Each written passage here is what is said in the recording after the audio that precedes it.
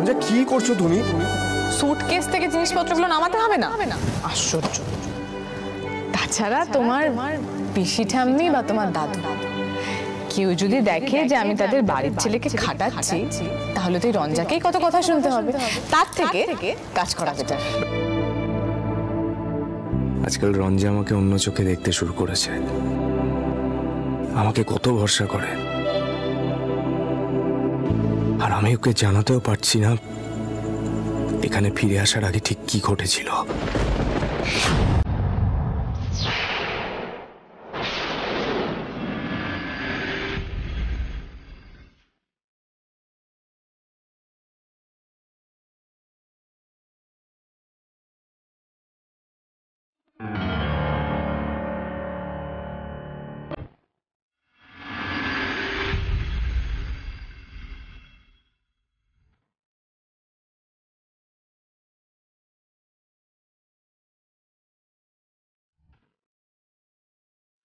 মোল্লার?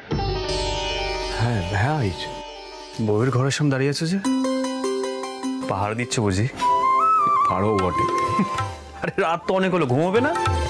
হ্যাঁ, আসলে ওর শরীরটা সম্পূর্ণ সুস্থ নেই তো, তাই। ও বাড়ির সবাই তো নতুন করে বিয়ে দেওয়া তোড়জোড়টা করছে। একবার যদি বিয়েটা হয়ে যায় আর দূরে দূরে থাকতে হবে, চিন্তা করো না। কুমুড়ে আছো মনে হচ্ছে। হ্যাঁ ওই আর কি। তবে মোল্লার, তোমাদের এই বিয়ের তোড়জোড় দেখে আমারও পুরোনো দিনগুলোর কথা মনে পড়ে গেল। কি কথা? তখন তুমি সুরমণ্ডলে আসোনি, তুমি সবটা জানো না। এই যেমন তুমি তোমার ব্যবহারের জন্য রঞ্জার সামনে নিজেকে অপরাধী মনে করো, তেমন একটা সময় আমিও খুব খারাপ ব্যবহার করেছিলাম পিলুর সঙ্গে। নিজেকে খুব ছোট মনে করি, কিন্তু পিলু খুব বড় মনের মেয়ে, সব ভুলে গেছে।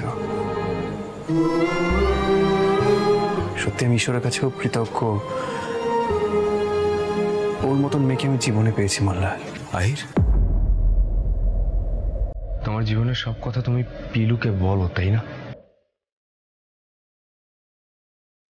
হ্যাঁ, মানে আমার জীবনে তেমন কোনো ঘটনা ঘটেনি। মানে কেন বলো তো জিজ্ঞেস করছো? না, এমনি ভাবছিলাম, সব কথা স্ত্রীকে বলা যায়? খুব চিন্তায় পড়বে এরকমই কি? ছাড়ো, আমার মাথা এখনো স্বাভাবিক হয়নি। তবে বিয়ের রিচুয়ালস গুলোর মধ্যে বোধহয় হয়ে যাবে। আমি একবার ওকে গিয়ে দেখিও ঠিক আছে কিনা।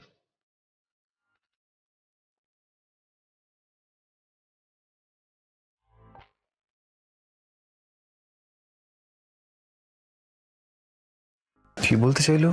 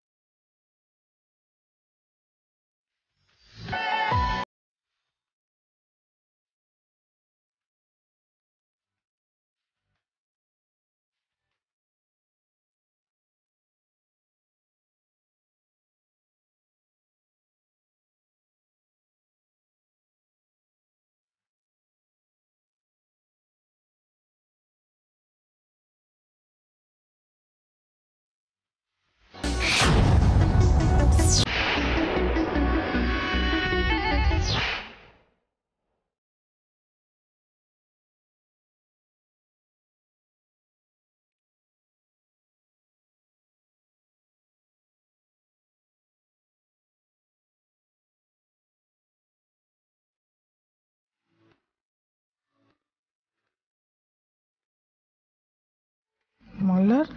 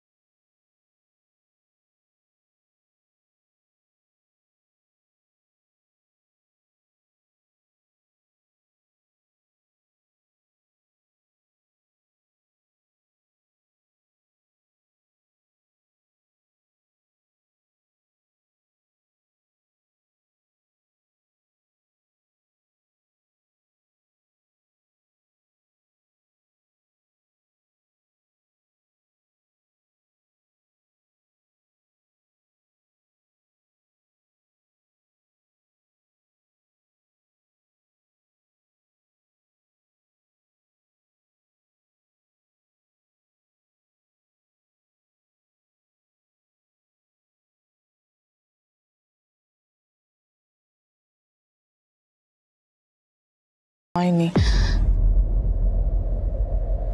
আমি কিন্তু আর সমস্যা নিতে পারবো না।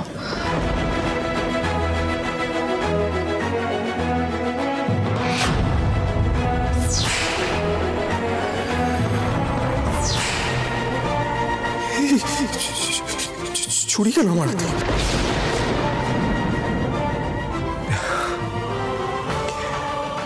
একটা কথা বলবো, শুনবে? শুয়ে পড়ো। তোমার জীবনে যা টেনশন আছে সব আমার উপর ছেড়ে দাও। কথা দিচ্ছি, তোমার হাজবেন্ড তোমার সব রকম দায়িত্ব নেবে।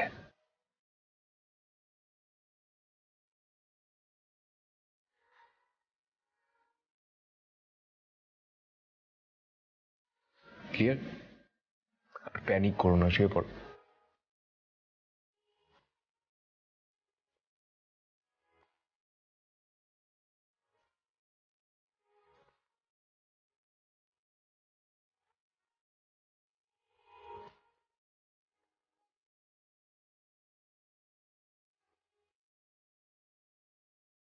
সত্যি বলছো? সত্যি তোমার জন্য আর কোনো টেনশন আমাকে নিতে হবে না?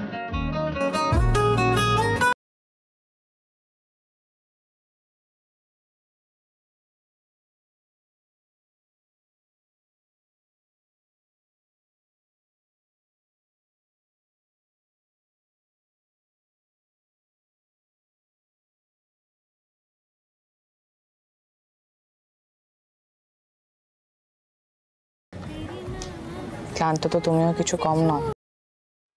বুঝেছি, শুয়ে পড়ো। Show show.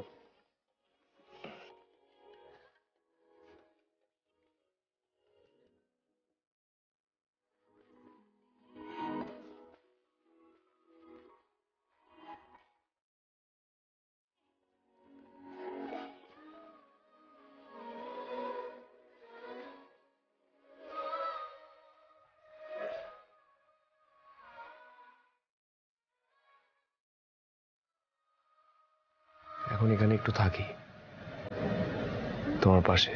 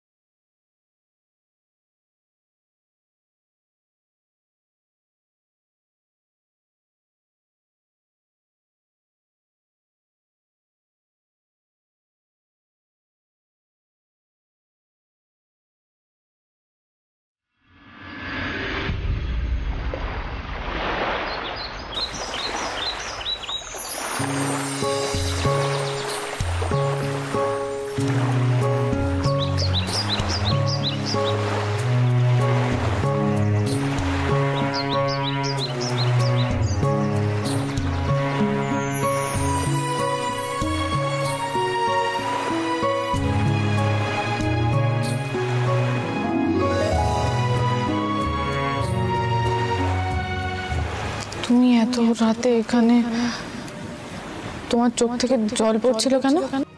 কিছু হয়েছে? একটা কথা বলবো, শুনবে? শুয়ে পড়।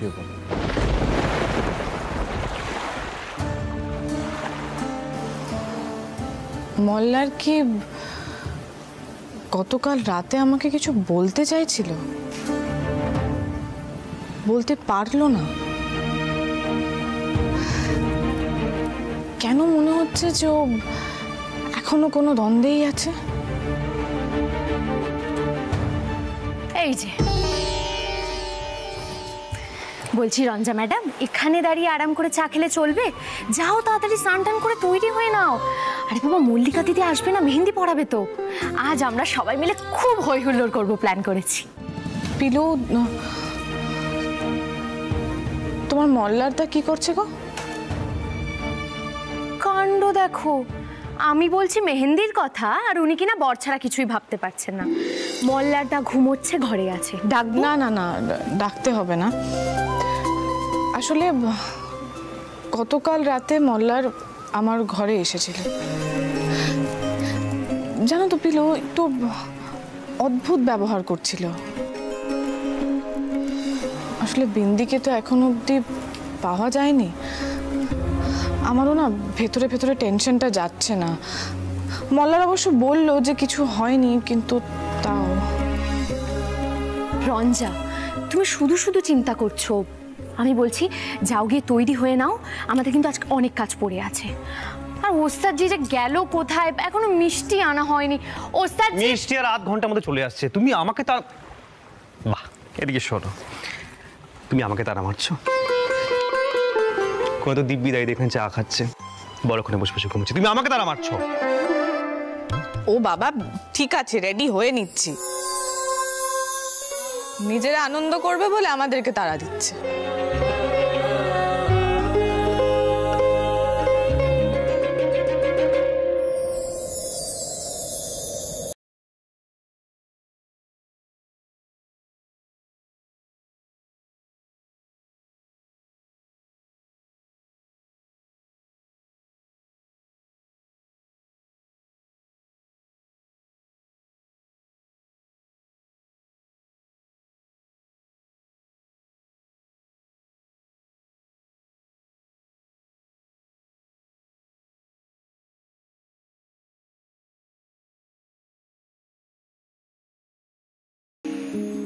এত শোরগোল কিসের?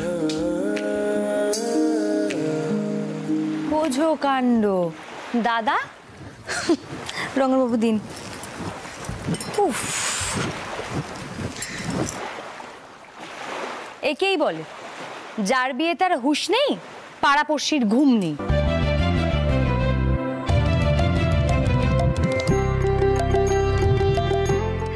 দাদা, আজকে আমরা মেহেন্দি করব, তারপরে হবে আংটি বদল, তারপরে বিয়ে হবে। বুঝতে পেরেছো? উফ, আমরা সবাই মিলে একটু হইচই করব, খাওয়া দাওয়া করব।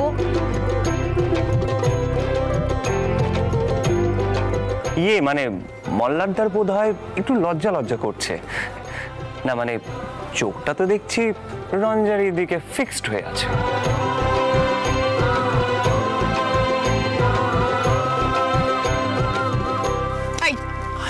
ইয়ার্কির না একটা লিমিট থাকে।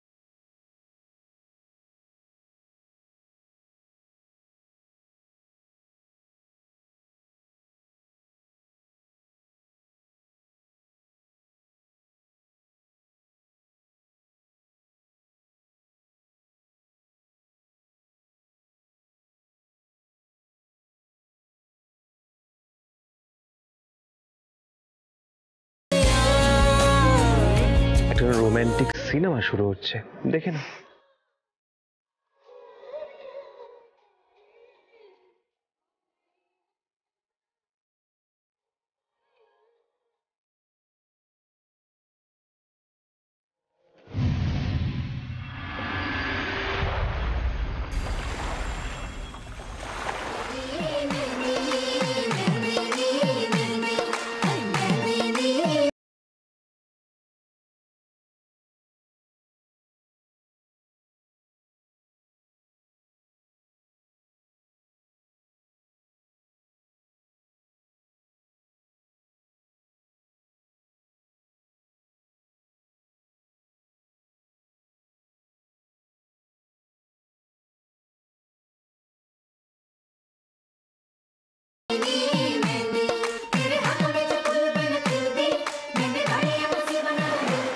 দাঁড়া না, দেখতে দে না রে, বৌদি করছে। এইরকম চুপচাপ মেহেন্দি পরানো আমি জীবনে দেখিনি। এই নাকি হইচই হবে, কোথায়? তাহলে সবাইকে ডাকো, ছেলেরাও আসুক, তবে না হইচই হবে। দাঁড়াও পিলু, আমি ডেকে আনছি। আহিদা, মল্লারদা। আচ্ছা ঠিক আছে, তোমরা হই হুল্লোড় করো, আমি বরং রান্নাঘরে গিয়ে ঢুকি। অসম্ভব, আজ আমরা সবাই মিলে নাচ গান করবো, হই হই করবো। কি বলছে বলো তো এই মেয়ে দিদি, আমি তো ভিড়মি খেয়ে যাবো এবারে। আপনি কেন ভিড়মি খাবেন শাশুমা? ভিড়মি তো খাবে পিসি ঠাম্মি। আহা বৌদি, পিসি ঠাম্মির তো বয়স হয়েছে নাকি? এই বয়সে এত বড় ধাক্কা।